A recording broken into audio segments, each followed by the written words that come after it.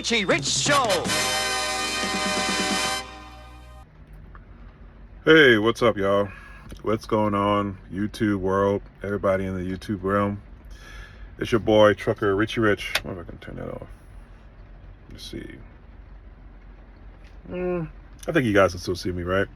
Got that light beaming in my eye. It's raining here on a Wednesday here in Tennessee. On my way down to Dallas. Thought I'd tap in about something, man, that caught my attention. And truck drivers gotta realize where they have a blessing in disguise. I'm gonna talk about a few things today. One, well, both are controversial. But, you know, like I said, this channel is going to be controversial sometime. I'm going to say some things that might make people uncomfortable, and it's cool. It's the way of the world. But the first video I'm going to upload, and I want you guys to give me your opinion. I think JB Hunt threw this driver an alley-oop, okay? I wish that would have happened to me. And even though it's bad and what this young lady is going through, I wish it happened to me, because I would no longer be driving trucks anymore. I'd be a multi-millionaire because I would sue JB Hunt and whatever associates they had for much as I could. And what I'm talking about is a driver was recently arrested for pulling a load on a stolen trailer. Now, the driver could not know, and you can never know if the trailer you're pulling is stolen or reported stolen until you're pulled over by the police. This driver had BOLs. This driver had every right to pick up the load and do her job. She's a day cab driver. But what happened was JB Hunt leased a trailer from somebody, and they didn't return it. And that happens a lot. You know, there's so many trailers out here that you couldn't keep a track of all of them. And what happened was this company more than likely reported it stolen so they can file an insurance claim. And instead of having one trailer, they can buy two now. Somebody has gotten paid off of that situation, but the driver got screwed. And see, that's unacceptable. Okay? And when I say I wish this happened to me, I wish it did, because I would sue JB Hunt and the carrier I was pulling for, because somebody got paid. Okay? And this really dives into my narrative that truck drivers are not respected and valued like we once were. Because this situation could have been fixed in a day. And unfortunately, this young lady has went through 7 months of hell trying to get her name cleared. And it just really shows credence to the scumbag prosecution in the court, in the criminal justice system in this country, how they treat underserved and disenfranchised people who are poor. Okay? This makes absolutely no sense what happened to her. Okay? And I want you guys to give me your opinion with your thoughts. Now, I have thoughts about it. And my thoughts is, I wish I was an attorney. I would take her case for free, because we wouldn't walk out that courtroom in federal court without $10 million. Okay? Because these truck companies have to be taught a valuable lesson that you cannot screw over people like that. And because she is poor, because she is undeserved and underrepresented, she's treated this type of way. Okay? You guys watch the video and you tell me what you think. Sucks. You're gonna have to go through a process. Me? Yes. What process? Okay. This is technically a stolen plate, which called you receiving stolen property. Even though you're unaware of it, you're gonna get processed for receiving stolen property. Okay? You get summons out. When you go home, then you gotta go in court and present it with the company that you have stolen property with you, which is the plate. It might be even the container, but right now it's the plate. You gotta run the bin and all that for the things. You're gonna have to be cuffed. Okay? It's just the booking process, and then you're. It's a ticket. It's a ticket, but it's just because of the crime. You're not going to jail. You're not going to jail. It's a process, okay? It sucks, but you can clear everything up once you go to court, okay? You gotta talk. You just talk to him. And Trust me, everything from your demeanor, it sucks. Because I know you're a hard-working girl. You're doing everything you need to do. But hopefully, your company's going to be responsible for this, and you sue them. Listen, you sue them. Okay. I'm sorry about Alright, that. yeah, use 2 cups to probably get more comfortable. Use 2 cups. They put me in cuffs. Can you tell my husband where I'm going? I'm on Yeah, the so phone. we're gonna he's on the phone right now? Go ahead. In the end of the set, you have to. Hold on, babe. You gotta put it on speaker. Hold on. Yeah, the police officer talking to me. You got it? He on the speaker. Okay, I'm gonna explain to you what So all right. So what do you have? Like so. Anything else you need? In and out of the hospital, okay? Just so you understand. We'll mean, talk to you there- more there about the seems- process in there, okay? This situation seems like you can explain that in court, but unfortunately, like we have to. And also, it's not a ticket towards your license. So your commercial license.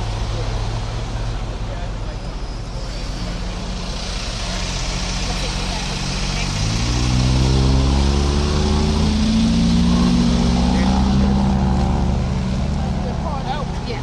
Thank you. You want me to put He it in has your the phone? case. He Okay. has the case. Eddie,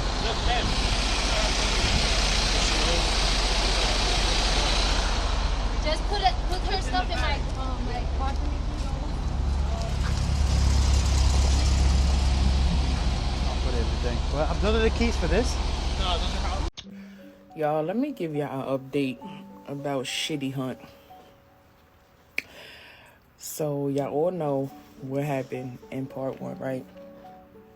So, boom. Court got adjourned on February 6th. The prosecutor wants to talk to the police, the arresting police who pulled me over and whatever, right? So now my manager acting mad weird.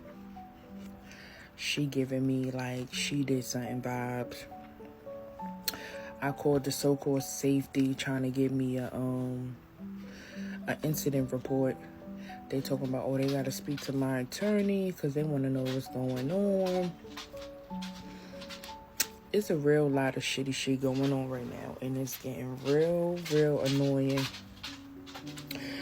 So I'm just here to give y'all an update. Like, I would not recommend working for Shitty Hunt because it's not where it needs to be. They say you make all this money. You really don't make all this money. They pay you per mile. They pay you per drop-in hook. Like, you gotta do all this work to get paid, and it's not given. Like, the funds was not hitting. Like, I made more for my training than I did by myself. Like, how does that work? I literally made more training than driving by myself. Like, I might as well ride with somebody and just keep them company all day. Like, I literally worked Monday through Friday, and the checks was not hitting. Like, at my previous job I worked for, I worked 4 days. 4 days. $1,500 for 4 days. For 4 terms. Like, it's crazy. It's really crazy. Like, JB Hunt is the worst. Like, every time I go to court, nobody from JB Hunt is on court. Like, it's just a mess. So now I'm waiting for my new court date to come in the mail so we could go to court and see whatever the prosecutor wanted to ask the police officer. And then I was reading the police report, and I'm gonna post it so you guys can read it as well. This is the police report. It says right here, they advised me the plate has been reported stolen by who? Bowman Sales on August 3rd. So, where was it from August 3rd to August 13th? Because I got pulled over on August 14th. Where was it at? Was it sitting in the yard? Did somebody else have it and brought it back to their yard? I don't know. And it said receiving stolen property. I was charged with receiving stolen property. Man, this is crazy. I was right around the corner from the Home Depot drop. Right around the corner. It's just so crazy. Manager acting weird. Every time I call, they acting weird. Like, why you being weird to me, bro? Like, I didn't even do anything. I was just going to work, doing what I was supposed to be doing, and then boom, this happens. So, we'll see when the new court date come in the mail. I'll keep y'all updated.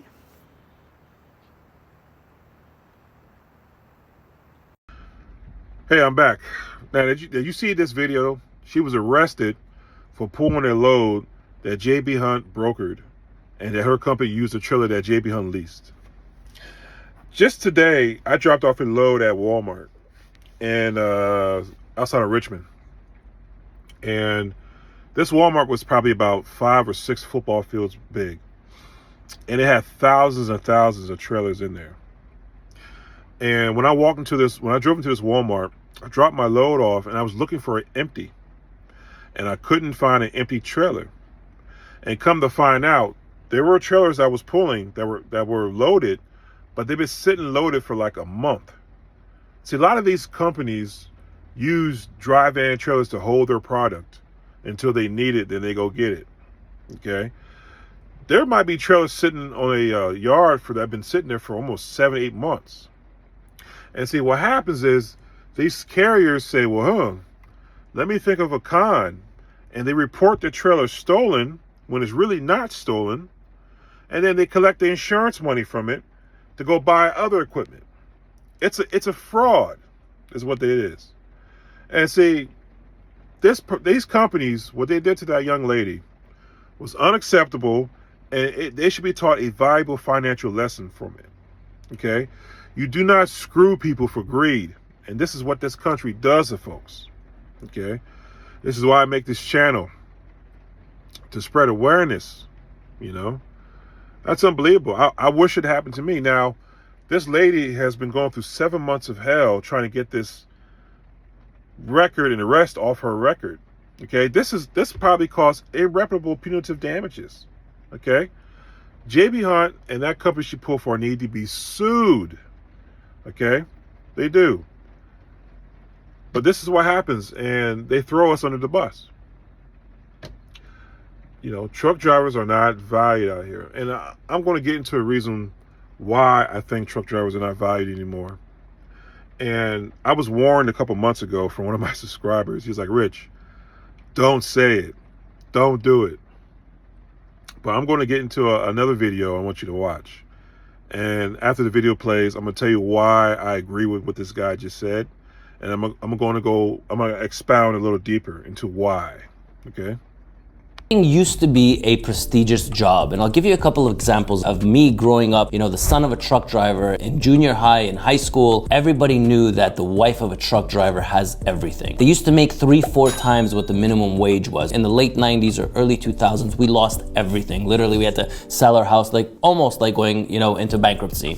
And we ended up going into the rental buildings. We were there for about 2 years. Today, we talk about these stories. We talk about what it was like back then. And he tells me blank out, Ronan, over the last 30 years, our industry has gotten worse and worse and worse. I can't ever make what I used to make back then. As an owner-operator, I used to bring home between $25,000 to $30,000 a month net as an owner-operator. And I feel like those numbers, you would never make those numbers in today's world. Maybe gross figures, yes. But to make that net, he talks about the fuel and he talks about the runs that he used to do. And he used to talk about, you know, how he used to do 2-3 loads in one trailer, whether it was 6 skids or 7 skids, they used to pay a full load for it. So he would be able to put 2, 3, 4 full loads within, you know, one run going into Georgia or one run going into Texas. The value of the US dollar used to be, you know, 1.5 to 1. So when he would do a US load, it was like, you know, jackpot money. And obviously, you know, we ended up buying another house literally within 18 months. And we went back into that home and he was quickly able to get back up on his feet. He was quickly able to, you know, put away all the debts. And it's just not like that anymore, right? So you can't do that anymore. It's like the value of a truck driver has diminished so much over the years. All right, I'm back. Let me put a little light here and see my face. Nah, it's too bright. Lights are too bright. So this guy who just uploaded a video of, he owns a company up in Canada, right? But things he was saying about the value of a truck driver has really diminished in the last 30 years. And here's my take on that and why I believe it now. What I'm about to say is going to sound wrong, right? A lot of you may not agree with what I'm saying. And a lot of you may not like what I'm about to say. But it is how I see it through my eyes. And I think it's the truth. Now, if I'm wrong, I'll be wrong. But let me know in the comment section, okay? But I think the reason trucking in the last 30 years has went down the toilet, or is kind of going down the drain, because there was a time out here where if you were a truck driver, you were a high-paid individual, okay? You earned a lot of money, and you made a great living for you and your family, okay? Yes, deregulation has screwed a lot of us, okay? During like Reagan years and the Bush years, early Bush years, yes, they did. But I think personally, trucking has went down the tube when people of color got into it, okay? When this job stopped being a predominantly white male industry, I believe that's when trucking took a nosedive. Now, listen to me out. The reason I say this, right? Because back in the 60s and 70s, they had sundown towns here in the United States, okay? I just left a sundown town, Lynchburg, Virginia. I was in Lynchburg, Virginia, picking up a load. And I remember being a kid, right? And I had a physical education teacher who was from Wilson, North Carolina.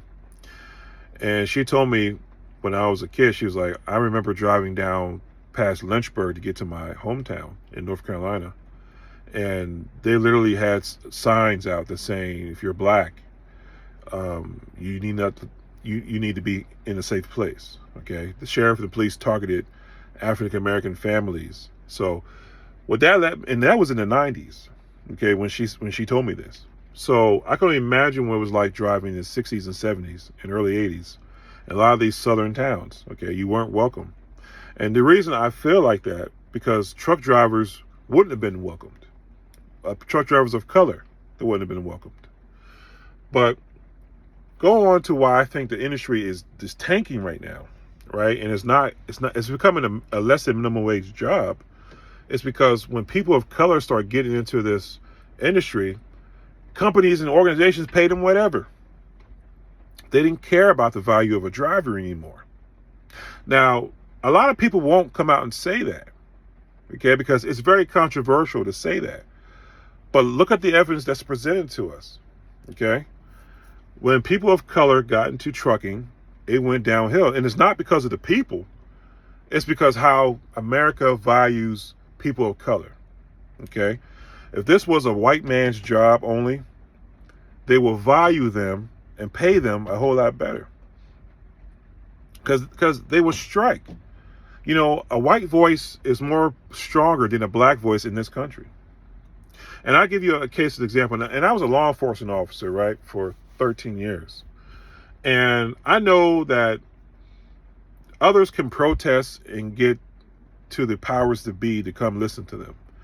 And when others protested, they're met with police force and they're arrested.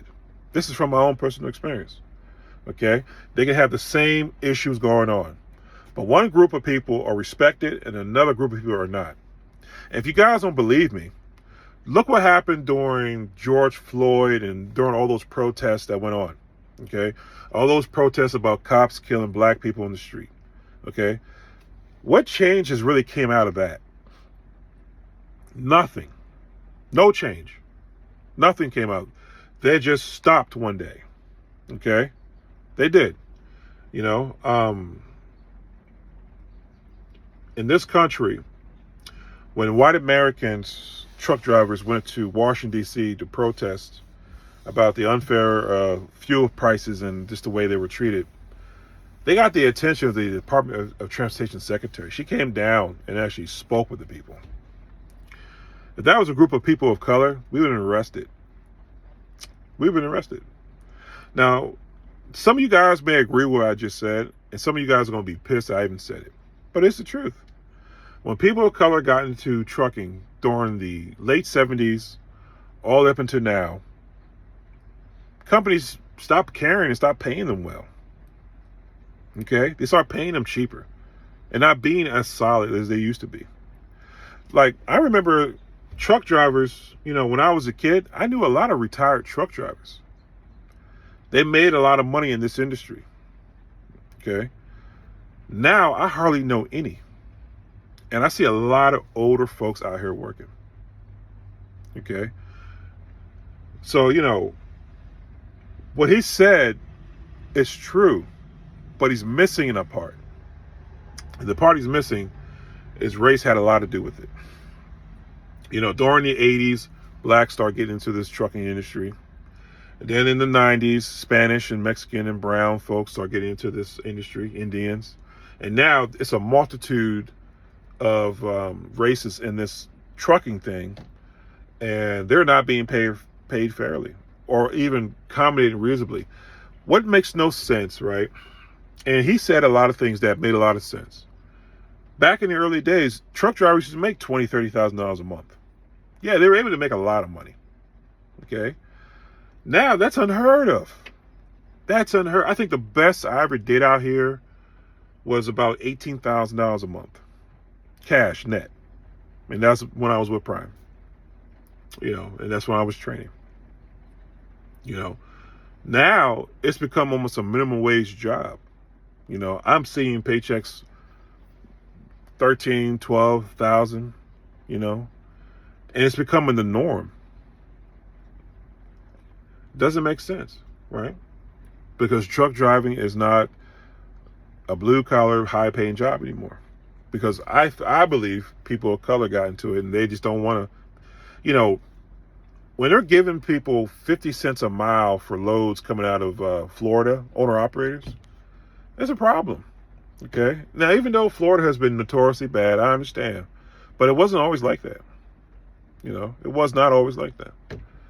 When I hear on the spot market, I'm looking at $1.70 or $2 a mile, hoping to get that. That's a problem. Do you understand? So, this is my opinion, and I know it's not popular. And I want you guys to tell me what you think about it. And please, not a lot of racist comments, all right? But I'm just being honest with how I see it. I see that people of color got into trucking, and it went to shit. Okay? It did. So tell me what you think. Some of my nerves worse than when people ride each other's ass, like that, especially truck drivers. The cars, I expect them to be that way because whatever, they're not professionals, but we're supposed to set an example. That's why I always say, people that know me, my biggest phrase that I have coined a long time ago was speed safely. I've said it a million times. I love hauling ass. It doesn't bother me to drive slow. I can drive any speed. If I'm in a hurry, I'm in a hurry. But I'm not going to ride your ass when I am because you're being an idiot. I'll still stay back because I don't want to become part of your trailer or part of the back of your pickup or part of your camper and go into prison. Why are these groups here? When I say groups, I mean groups. Y'all hit it in the damn comments. Stitch this video. Read between the lines. Groups. These groups come here. These groups are always from California and Illinois.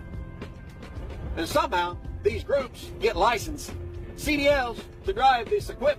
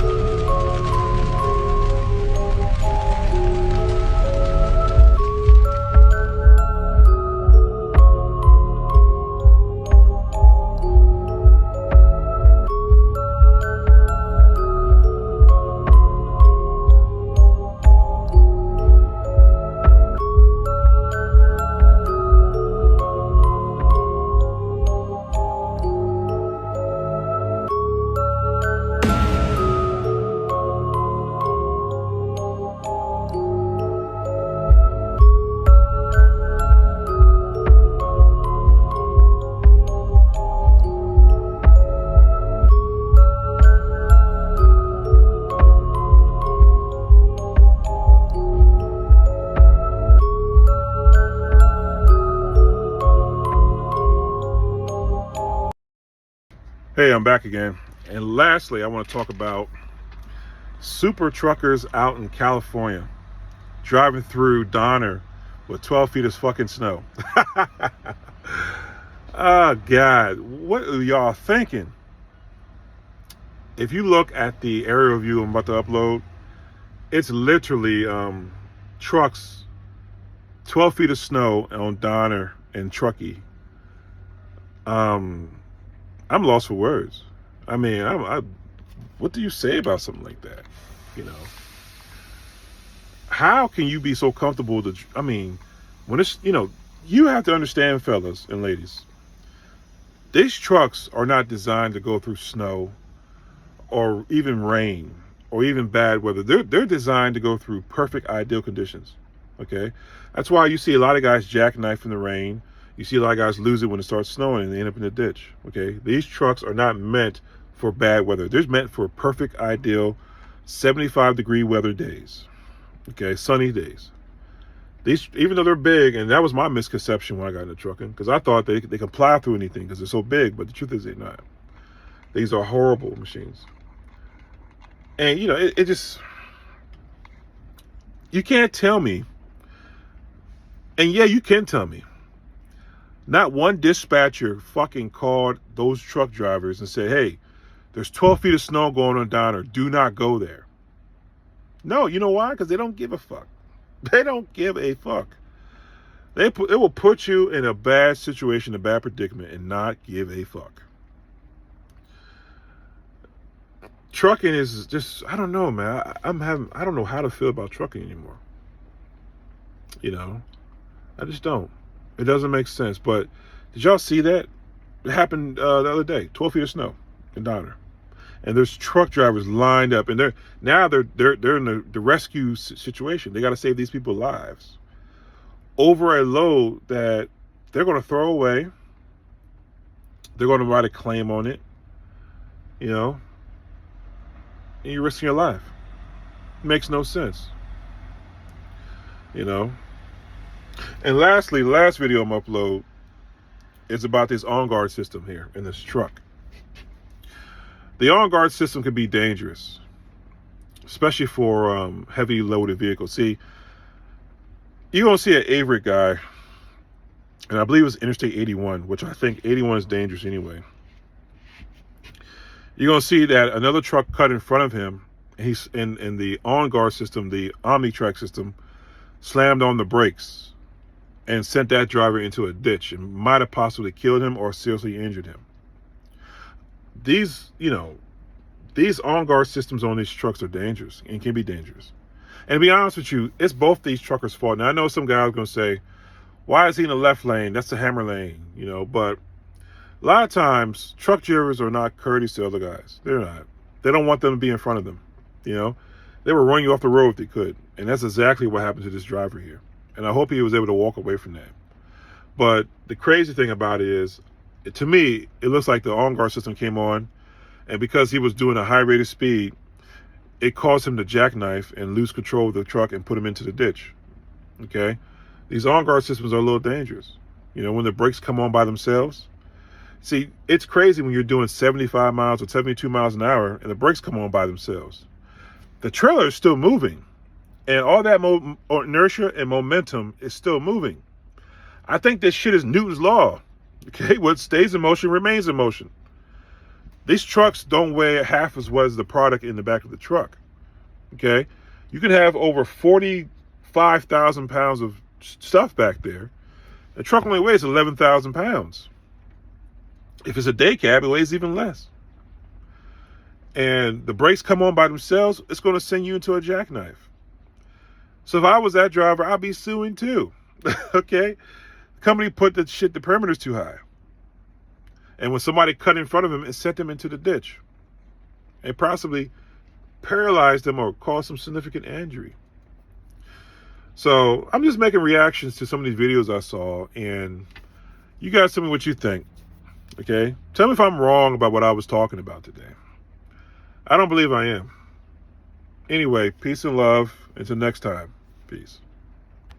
African American truckers are suing a trucking company in Michigan, claiming the owners and other employees have targeted them with racism, harassment, and dangerous sabotage of their trucks. The company is called Environmental Wood Solutions in Orion Township, Michigan. One of the African American truckers says he's frequently called a slur. He also says the other employees commonly refer to African Americans as forest animals. He says the company assigns him to low-quality trucks with mechanical issues that reduce how much he can transport and thus how much he can earn. He says when he lawyered up, one of the owners pressured him to stop talking to his attorney. He says the owner started calling him the, quote, ringleader, and that only increased the harassment. Another trucker says the company stopped repairing his truck. He also says they would repeatedly use a racial slur and then rhyme it with the word rigged to describe poorly maintained trucks. A third trucker says he was called lazy along with racial slurs, and when he complained, the company retaliated. He says they started pressuring him not to take breaks while he was driving and submitting him to random breathalyzer tests despite no history of any issues justifying that. He also says he got injured and the company tried to force him to lie about the circumstances so he couldn't get workman's comp. And a fourth trucker says since he started complaining about similar conduct, the other employees have been loosening his lug nuts to his tires, taking air out of the truck's tires, and trying to sabotage it. Now the company faces a lawsuit in federal court.